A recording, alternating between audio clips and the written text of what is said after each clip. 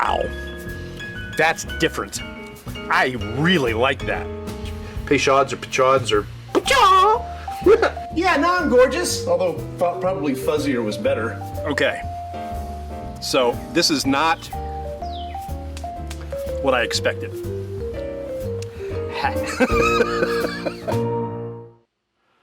Hello, hello, hello. It is Thursday, and it is time for Bourbcast, and tonight we are doing Longbranch. Now, what you may not know is that tonight is not Thursday, and it's not live. We are pre-recording this because next Thursday I'm going to be out of town, and I just wanted to see how well this would work. So we're giving it a shot.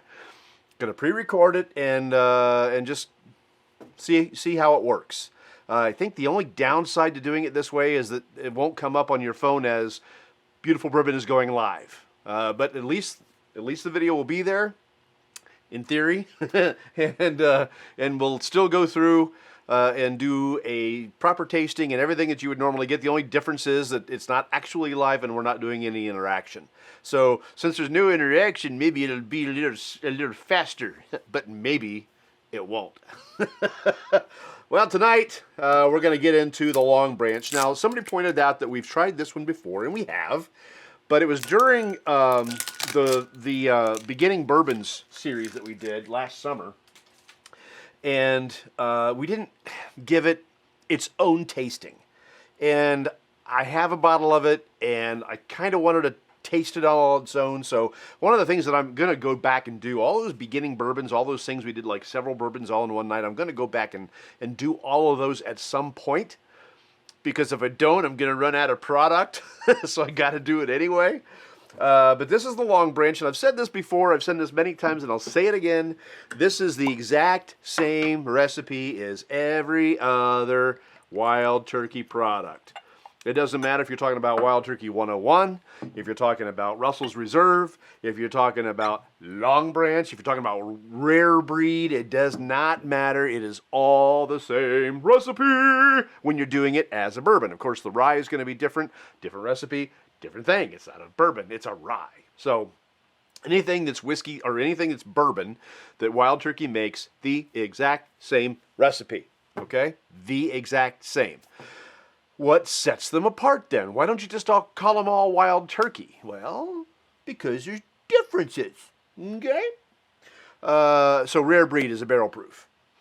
Then you got Russell's Reserve, which is aged longer and in different ways. And as a matter of fact, the 10-year is the longest age regular Wild Turkey product out there. The 10-year that you get is normally, again, they did come out with a 13-year, but generally speaking, the 10-year is the longest product that Wild Turkey keeps on the shelves. Then you've also got Longbranch. What makes this one different? It's 86 proof, so it's not going to burn you up. You've heard of the Lincoln County process. I'll go through that again for you. The Lincoln County process is what differentiates a bourbon from a Tennessee whiskey, generally speaking. Michter's does the Lincoln County process. They just don't call it that. They do a double carbon filtering. It goes through charcoal that they make themselves. In the case of Tennessee whiskey, like Jack Daniel's, they'll use a white oak wood, burn it to a crisp, turn it into charcoal, and then they filter their Jack Daniel's down through that charcoal. For Gentleman Jack, they do it twice. And one of the things about Gentleman Jack that you'll notice is that although it is smoother and the exact same proof, the color is a lot lighter because it's filtering that out twice. With the case of Longbranch, it's really, really similar in that it goes through the process twice. However, the first time it goes through it, it's with that white oak charcoal. The second time it goes through it, it is with mesquite wood charcoal. Mesquite is a wood that is commonly found in the southern states. You'll find it in Louisiana. You'll find it in Texas, which is where this mesquite comes from, is Texas. You'll even find it in Hawaii. When I was on Hawaii, on Oahu, we went to the Diamond Head crater, and there were mesquite trees that were growing there. So, I mean, it's typical of warmer climates. So you'll probably find them all over the South. There's probably a line where it stops growing, but where it is now, this was Texas mesquite. So they made charcoal out of the mesquite wood, and they filtered through it a second time. The problem I have with the whole idea is this bourbon is kind of right in the middle of everything. It's in the middle of the proofs, or maybe even the lower side of the middle at 86 proof. It is in the middle of the price range. It hovers right around $39.99, $40, which is much higher than the Wild Turkey 101. And it's even higher than Rare Breed. And the problem is that you got Rare Breed, and this one is a much higher proof at a much lower price point, and the color's better. Not a lot better, but it is a little bit darker. Now, the color on this isn't terrible. Gentleman Jack is much lighter in color than this. And maybe that's the mesquite that's helping it do that. It's maybe a darker color and a little more smoky. We'll find that out as we get into the tasting. I'm going to see if there's anything that I've missed.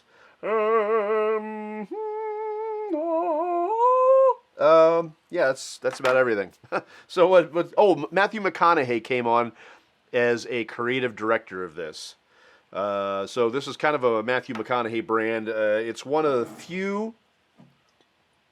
Yeah, it's one of the few Wild Turkey products that doesn't just have Eddie Russell's signature on it, or signatures of the Russells. It's a collaboration between Eddie Russell and Matthew McConaughey. Yeah, so I don't know if Matthew McConaughey is still part of it, but his name is still on the bottle, and it's still on the website. So I'm assuming still Matthew McConaughey. All right, let's get into it, shall we? Oh yes.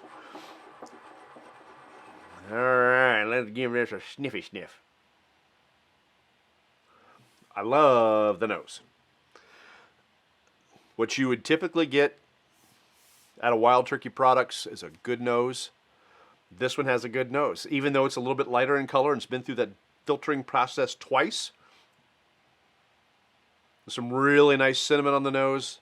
A lot of those typical bourbon notes that you would get. A little bit of cinnamon, a little caramel. Some honey. Yeah, that's a nice nose. I like that. I've tried Longbranch before. I like it. Matter of fact, it was one of the first photos I took. This was back when we were still doing things with taking photos with the iPhone. I had special lighting on. I didn't do anything special, just a light and put that on the antlers, and away we went. But I love that photo. I thought I might redo it, but I know it would never be as good as that one. So I just didn't even try. I just decided to stick with what's good and just use it again. So, all right.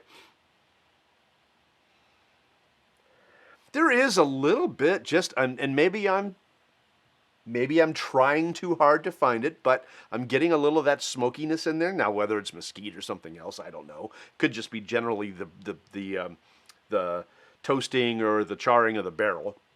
But it does have a nice bit of smoke on the nose.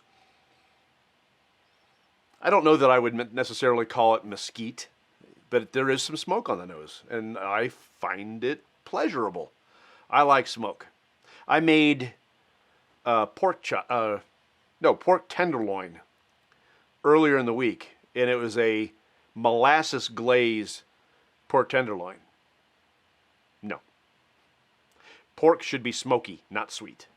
I know some of you like to put pineapple on your ham and whatnot. That's acceptable. But pork chops, tenderloin, needs to be smoky. Somebody said, well, why don't you smoke it before you put that? No, it's too sweet. I don't want my pork sweet. So, I like smoky. So this is going to be nice. All right, let's get into it.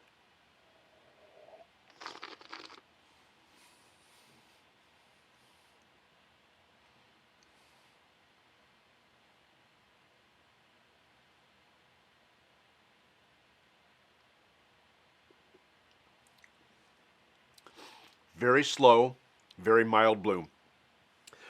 Not much of a burn. I gave myself a pretty good swig of it too. Not much burn. I will say this though, that if this is a neck pour, this is one of those neck pours that doesn't seem like a neck pour. There's a lot of great flavor in this. That oaky, smoky thing came out right away. That smoke is delicious, by the way. There's a fruit. I want to say maybe a little apple that I'm getting on that's first. I mean, I'm not even supposed to be tasting it yet. That first one is just to prime my palate, and I'm already getting great flavors out of it. So I'm getting a nice sweet, kind of an appley type of flavor to it. There's some definite nice smoke. Now let's now let's actually taste it, okay? All right.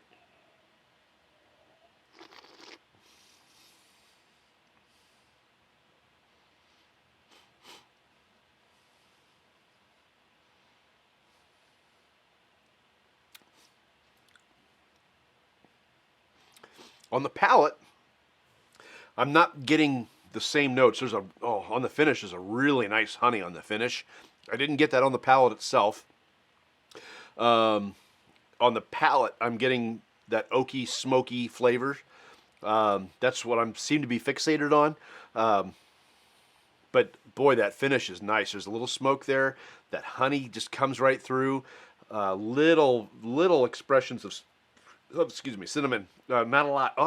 On the burp, there was some cinnamon, and I got the apple back. It was almost like having an apple strudel burp. To be honest with you, that's what it was kind of like. I know that sounds gross. I don't mean to be gross. I'm sorry, but yeah, that was like being at Grandma's house and listening to her burp after dessert. I don't know. Oh, that's funny. All right, let's get back into it. A little apple cider, maybe. But definitely apple and a little cinnamon. All right.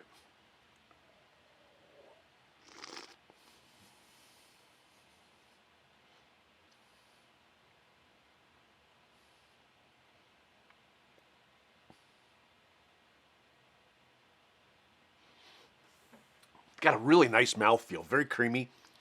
Almost buttery. Just silky. I know that's three different ways to say the same thing, but it's got a nice mouthfeel. Very viscous. Just nice. I'm not going to tell you it's a super complex thing because the oaky, smoky side of this is out there.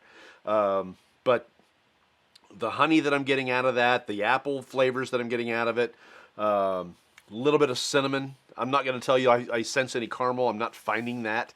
On the nose I did, but on the palate I'm not. So it's really nice. And I'm wondering what's going to happen when I open it up. This is 86 proof, so I don't want to add too much water to it. I'll probably do about half as much as I normally do.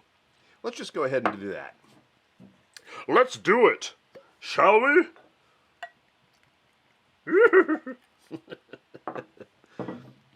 All right. All right, we'll do that. See how much water I got in here. That's all the way up. There we go. I did not even give that a full squeeze.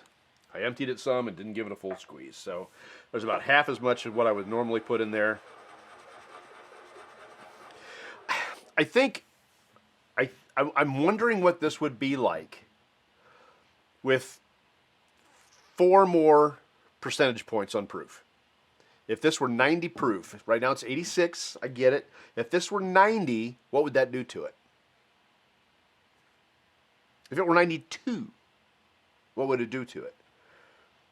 It's a nice pour. It's one of those that if it didn't cost 40 bucks, could be a daily drinker. It's very, very tasty. And it's very, very mellow. So it's not one that is going to blow you out of your mind if you sit there and drink it for a couple of hours. You have a few sips out of this one, you're good to go. Don't go driving anywhere, but it's still 86 proof. But yeah, it's a nice, mellow, smooth, creamy, very, very nice bourbon. Very, very nice. I do like the wild turkeys. I tend to not love the 101 as much as other people. Now I haven't done a Bourbcast with the 101, so it's been a while since I've had it. It's been a long time actually. So it's time to go back to that. Again, the wild turkey, what is it, 81 proof? We did that during the beginning bourbons and it was delicious. 81 proof, but it was delicious. So I need to get back to the 101, and I have a 101 rye. I need to taste that one. There's a bunch of stuff I got to do. I'll probably be good to go all the way up to April of next year when we do our 200th episode. Unless I slide that up a little bit by doing episodes in between, but we'll see. All right, this is the Longbranch on a little bit of water.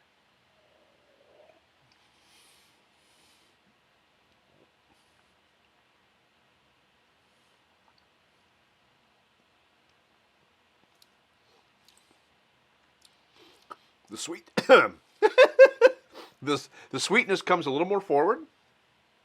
That honey is in there. The vanilla finally peeks its nose out just a little bit. Hi, I'm vanilla. Just says hello, just a little bit. It didn't change a whole lot. I didn't add a lot of water to it, and it was already 86 proof. So, I mean, what you're going to get is what you're going to get most of the time. Sometimes water will open it up, especially on a fresh crack. This did just a little bit. I'm actually detecting a little less of the apple than I did before. Isn't that interesting? Maybe I'm not looking for it. But I wasn't looking for it last time, and it popped out. So we'll just see what happens this time. See if I get it back.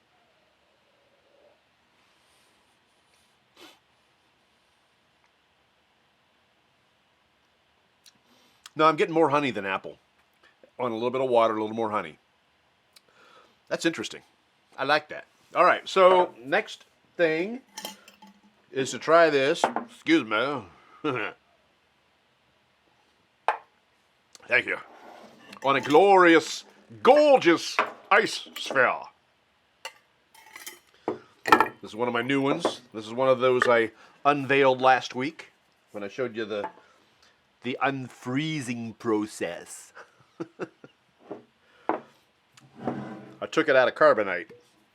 No, I took it out of the freezer. It's a little bit hazy, but it's been in the freezer for a week. I do that, take some of that haze off. Beautiful. Lovely, isn't she lovely? Isn't she wonderful? Crackety, crackety, crack. All right, get this cooled down a little bit.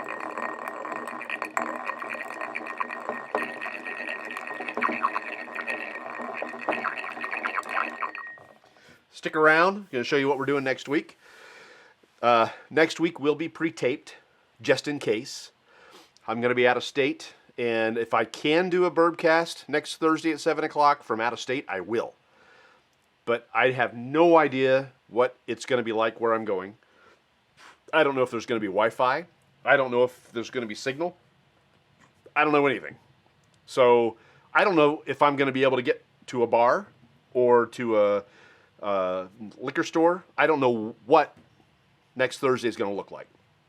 So with that in mind, I will pre-record next Thursdays, probably tomorrow or Friday.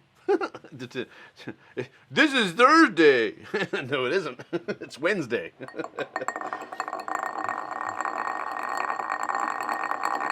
All right, let's.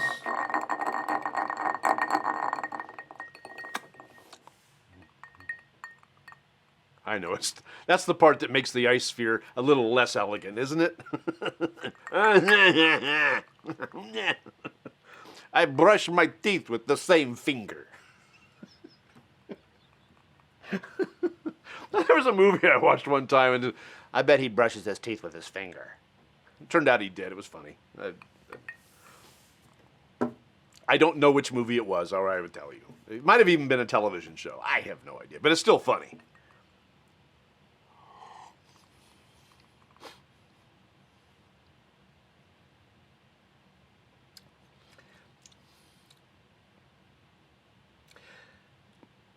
There's not much going on.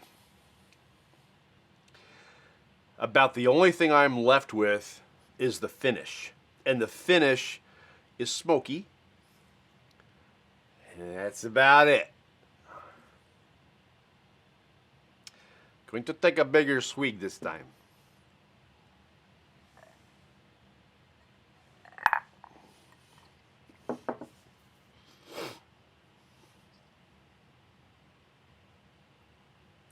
Yeah, the flavors are muddled.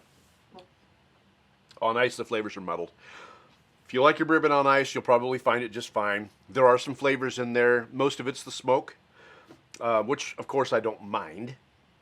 But I don't sense any apple. I don't sense any honey. All I sense is that oak, that smoke. Which, again, I don't mind that flavor. I like that flavor, but there's so much more going on with this particular bottle when you drink it neat. lots more, and maybe a little on water, but really this one at 86 proof, it's really a nice sipper that you can just have anytime, any night, and just enjoy yourself, and you're not gonna blow your mind with it. It's tasty, it's good, just the way it is, right out of the bottle. It's fantastic. So that is Longbranch, the Matthew McConaughey, Eddie Russell collaboration through Wild Turkey. Same recipe as Wild Turkey. It's just it's filtered through mesquite in their version of the Lincoln County process. So, all right. So next week, what we're going to do is we're going to go back and we're going to revisit some of those that we've had before.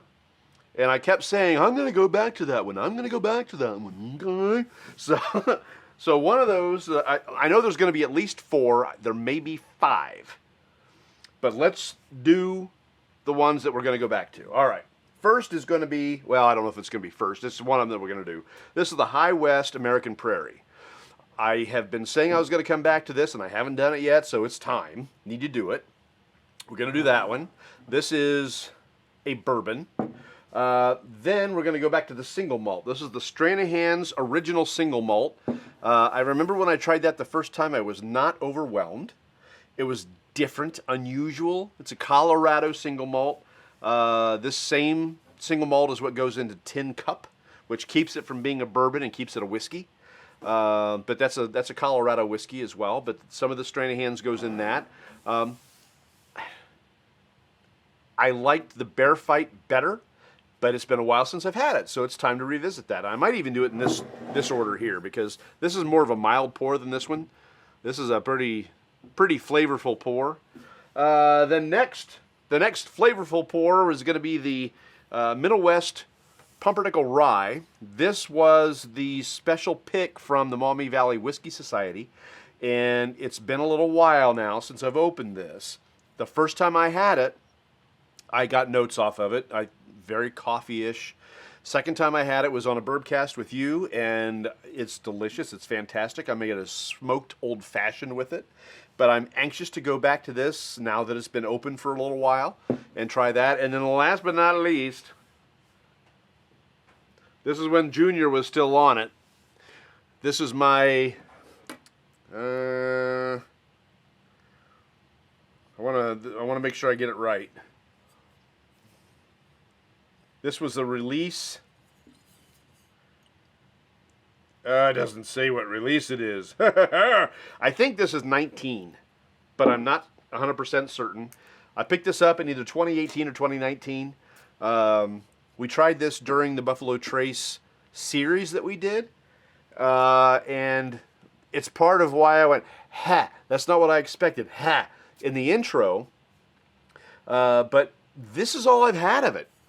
I haven't drank very much of it. I've shared it with a couple of people, but it's time to get back to it and give it another try now that it's been open for, well, years, really. It's been open for at least 2 years, or at least a year and a half, maybe. I don't know. I have to go back and look. It's been a while.